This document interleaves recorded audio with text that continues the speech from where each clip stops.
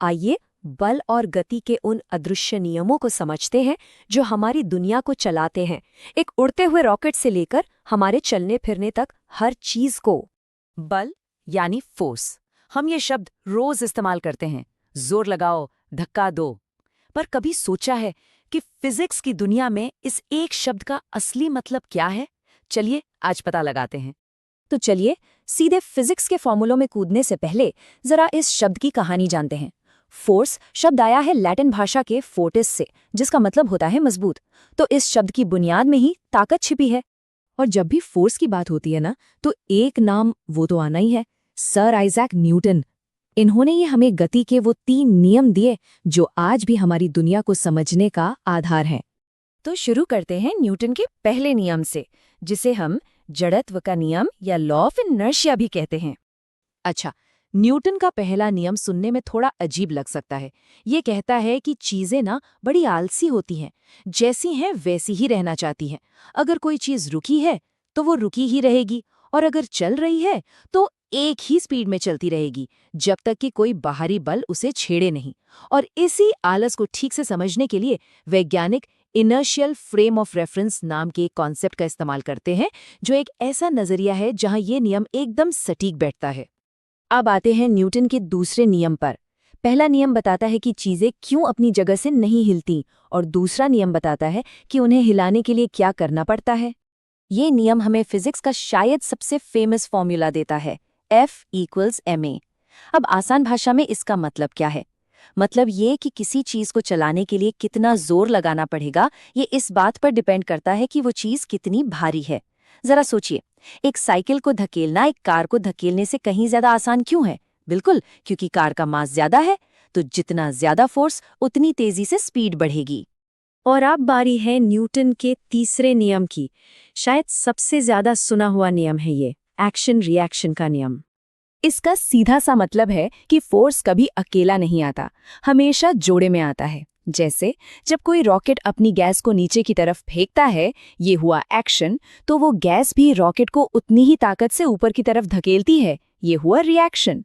और हाँ, एक बहुत जरूरी बात, ये एक्शन और रिएक्शन हमेशा 2 अलग-अलग चीजों पर लगते हैं, एक गैस पर तो दूसरा रॉकेट पर। तो न्यूटन के ये नियम सिर्फ रॉकेट और गिरते हुए सेब तक ही सीमित नहीं है। अरे ये तो हमारे अपने शरीर के अंदर भी हर पल काम कर रहे हैं। और यहीं से एंट्री होती है बायोमैकेनिक्स की। अब बायोमैकेनिक्स को समझने के 2 हिस्से हैं। एक है काइनेमैटिक्स, ये सिर्फ ये देखता है कि मूवमेंट हो कैसे रहा है, जैसे कोई एथलीट कितना तेज भागा, ये कैसे का जवाब देता है। और दूसरा है काइनेटिक्स, ये उस मूवमेंट के पीछे की वजह यानी फोर्स को देखता है कि भागने के लिए मसल्स ने कितनी ताकत लगाई, ये क्यों का जवाब देता है। तो सवाल उठता है, ये सब जानना जरूरी क्यों है? अरे बहुत जरूरी है। इसी की समझ से तो हम स्पोर्ट्स में परफॉर्मेंस को बेहतर बनाते हैं, चोट लगने से बचाते हैं, और अगर चोट लग जाए तो जल्दी ठीक होने में मदद करते हैं।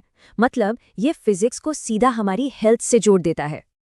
लेकिन रुकिए, कहानी यहाँ खत्म नहीं होती।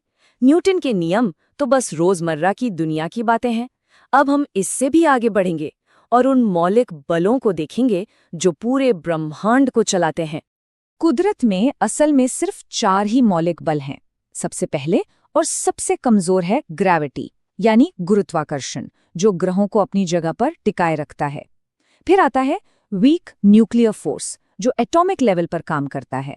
उससे ताकतवर है इलेक्ट्रोमैग्नेटिज्म, हमारी बिजली, रोशनी सब इसी की देन है। और सबसे ऊपर सबसे ताकतवर है स्ट्रॉन्ग न्यूक्लियर फोर्स, जो एटम के न्यूक्लियस को एक साथ बांधे रखता है। अब ये टेबल देखिए, ये इन बलों की असली ताकत को दिखाती है। जरा सोचिए, स्ट्रॉन्ग न्यूक्लियर फोर्स ग्रेविटी से 10 के आगे 38 जीरो लगा दीजिए, उतना गुना ज्यादा शक्तिशाली है। मतलब ये तो कल्पना से भी परे है। और मजे की बात देखिए, जो सबसे ताकतवर है वो सबसे कम दूरी तक काम करता है, और जो सबसे कमजोर है वो अनंत तक। ये सब जानने के बाद जहन में एक बहुत बड़ा सवाल आता है, क्या ये सब कुछ किसी एक ही परम सिद्धांत का हिस्सा हो सकता है? और यही सवाल आधुनिक फिजिक्स का सबसे बड़ा लक्ष्य है। तो हम आज की बात इसी सवाल पर खत्म करते हैं। क्या ये 4 अलग अलग दिखने वाले बल असल में एक ही महाशक्ति के अलग अलग चेहरे हैं? क्या कोई ऐसी थ्योरी ऑफ एवरीथिंग मुमकिन है जो इस ब्रह्मांड के हर राज पर से पर्दा उठा दे? हो सकता है विज्ञान की अगली सबसे बड़ी खोज इसी सवाल के जवाब में छिपी हो। आज बात करते हैं न्यूटन के उन 3 मशहूर नियमों की। लेकिन रुकिए, ये कोई टेक्स्ट बुक वाली क्लास नहीं होने वाली। हम सिर्फ परिभाषाएं नहीं रटेंगे, हम तो उन आम गलत फहमियों की चीर फाड़ करेंगे जो अक्सर एग्जाम्स में सबको परेशान करती हैं, ताकि फिजिक्स के ये बुनियादी सिद्धांत एकदम साफ हो जाएं। तो आज हम क्या क्या देखने वाले हैं? सबसे पहले गति से जुड़ी एक बहुत बड़ी गलतफहमी को तोड़ेंगे। फिर एक एक करके तीनों नियमों को समझेंगे, इनर्शिया, फोर्स और एक्सेलरेशन और एक्शन रिएक्शन। उसके बाद देखेंगे कि ये तीनों नियम एक साथ कैसे काम करते हैं, और आखिर में जानेंगे कि न्यूटन के नियमों से आगे की दुनिया कैसी है। तो चलिए शुरू करते हैं। तो चलिए शुरू करते हैं एक सवाल से। सवाल सुनने में बड़ा सीधा साधा लगेगा, लेकिन इसका जवाब शायद हमारे रोजमर्रा के अनुभव को थोड़ा सा हिला दे। जानते हैं, फिजिक्स में अक्सर जो चीज़ हमें बिल्कुल स्वाभाविक लगती है ना, वही सबसे बड़ी गलतफहमी निकलती है। जरा सोचिए, क्या किसी चीज़ को, मान लीजिए एक बॉल को, एक कांस्टेंट स्पीड से आगे बढ़ाने के लिए उसे लगातार धक्का देना जरूरी है? दिमाग में क्या आता है? हाँ, बिल्कुल, है ना? क्योंकि असल जिंदगी में तो ऐसा ही होता है ना। जमीन पर लुढ़कती गेंद रुक जाती है अगर उसे धक्का ना दें। पर सवाल ये है कि क्या फिजिक्स भी यही मानती है? और बस हमारे इसी सवाल का जवाब छिपा है न्यूटन के पहले नियम में। इसे कहते हैं जड़त्व का सिद्धांत, या द प्रिंसिपल ऑफ इनर्शिया। ये नियम, आप समझिए, मोशन को समझने की पहली सीढ़ी है। तो ये नियम क्या कहता है? बहुत सिंपल है। कोई भी चीज़ अपनी हालत बदलना पसंद नहीं करती है। मतलब अगर कोई चीज़ रुकी है तो वो रुकी ही रहना चाहेगी, और अगर वो एक सीधी लाइन में एक ही स्पीड से चल रही है तो वो वैसे ही चलती रहना चाहेगी। कब तक? जब तक बाहर से कोई उसे छेड़े नहीं, मतलब कोई बाहरी फोर्स न लगाया जाए। इसी जिद्दीपन को, इसी आदत को फिजिक्स में कहते हैं जड़त्व या इनर्शिया। तो मिल गया हमारे पहले सवाल का जवाब।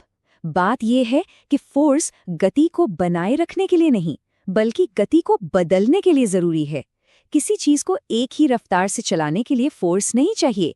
फोर्स चाहिए उसकी रफ्तार को बदलने के लिए, या तो उसे तेज करने के लिए, या धीमा करने के लिए, या फिर उसकी दिशा मोड़ने के लिए।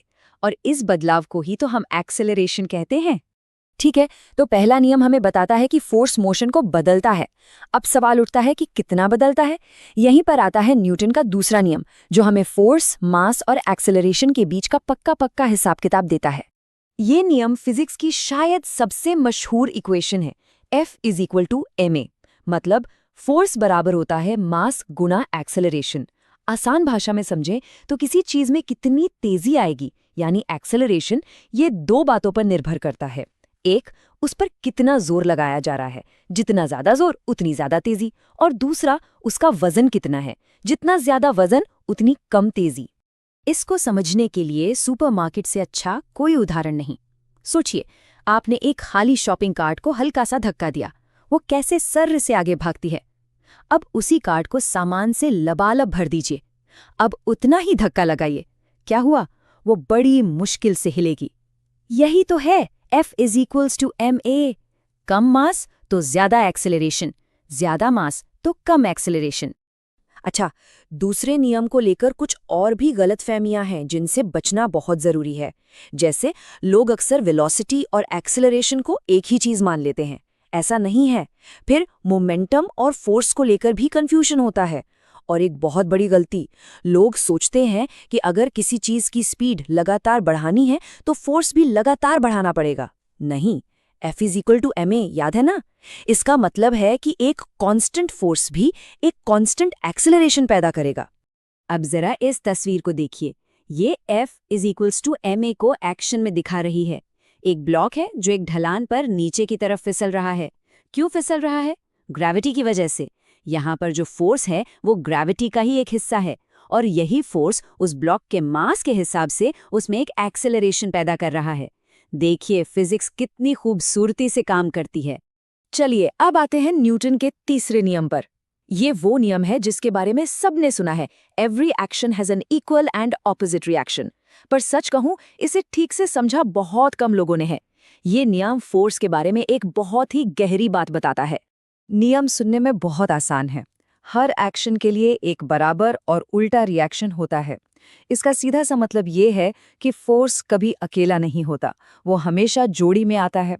अगर कोई एक चीज, मान लीजिए ए, दूसरी चीज बी पर फोर्स लगाती है, तो बी भी ए पर उतना ही फोर्स, लेकिन उल्टी दिशा में जरूर लगाएगी। अब सुनिए सबसे जरूरी बात, जहां ज्यादातर लोग गलती करते हैं। लोग सोचते हैं कि अगर फोर्स बराबर और उल्टे हैं तो वो एक दूसरे को कैंसिल कर देंगे और कुछ नहीं होगा। गलत। ये फोर्स एक दूसरे को कैंसिल नहीं करते। क्यों? क्योंकि वो दो अलग अलग चीजों पर लग रहे हैं। सोचिए, जब कोई दीवार को धक्का देता है तो वो दीवार पर फोर्स लगा रहा है, और दीवार उस इंसान पर फोर्स लगा रही है। एक फोर्स दीवार पर, दूसरा इंसान पर, तो ये कैंसिल कैसे होंगे? इसीलिए तो मोशन होता है। और ये नियम आपको हर जगह दिखेगा। रॉकेट कैसे उड़ता है? वो गैस को जोर से नीचे फेंकता है, ये हुआ एक्शन। और गैस रॉकेट को ऊपर धकेलती है, ये हुआ रिएक्शन। कोई तैरता कैसे है? वो पानी को पीछे धकेलता है, एक्शन, और पानी उसे आगे धकेलता है, रिएक्शन। अरे, हम चलते भी इसी नियम से हैं। हमारा पैर जमीन को पीछे धकेलता है और जमीन हमें आगे बढ़ाती है। तो ठीक है, हमने तीनों नियमों को अलग अलग तो समझ लिया। अब असली मजा है इनको एक साथ इस्तेमाल करने में। चलिए, एक बहुत पुरानी पहेली सुलझाते हैं जो हमारी समझ का असली टेस्ट लेगी। घोड़ा न्यूटन का तीसरा नियम लगा रहा है। उसका तर्क सुनने में तो बिल्कुल सही रखता है ना? कि भाई, अगर मैं गाड़ी पर जितना जोर लगा रहा हूं, गाड़ी भी मुझ पर उतना ही उल्टा जोर लगा रही है, तो दोनों फोर्स कैंसिल हो गए और गाड़ी हिलेगी ही नहीं। तो क्या घोड़ा सही है? इस पहेली का जवाब एक छोटी सी बात में छिपा है। हमें इंटरनल फोर्सेस और एक्सटर्नल फोर्सेस के बीच का फर्क समझना होगा। घोड़ा जो बात कर रहा है, यानी उसका गाड़ी को खींचना और गाड़ी का उसे खींचना, ये तो सिस्टम के अंदर के फोर्स हैं, इंटरनल फोर्सेस। घोड़ा असली हीरो यानी एक्सटर्नल फोर्स को तो भूल ही रहा है। देखिए, असली खेल क्या है। घोड़े और गाड़ी को एक पूरा सिस्टम मानिए। अब इस सिस्टम को आगे कौन बढ़ाएगा? कोई बाहरी धक्का। और वो बाहरी धक्का कहाँ से आ रहा है? वो आ रहा है जमीन से। घोड़ा अपने पैरों से जमीन को पीछे धकेलता है, और न्यूटन के तीसरे नियम के मुताबिक जमीन घोड़े को आगे धकेलती है। यही वो एक्सटर्नल फोर्स है जो पूरे सिस्टम को, यानी घोड़े और गाड़ी दोनों को, आगे ले जाता है। तो न्यूटन के ये नियम कमाल के हैं, इसमें कोई शक नहीं।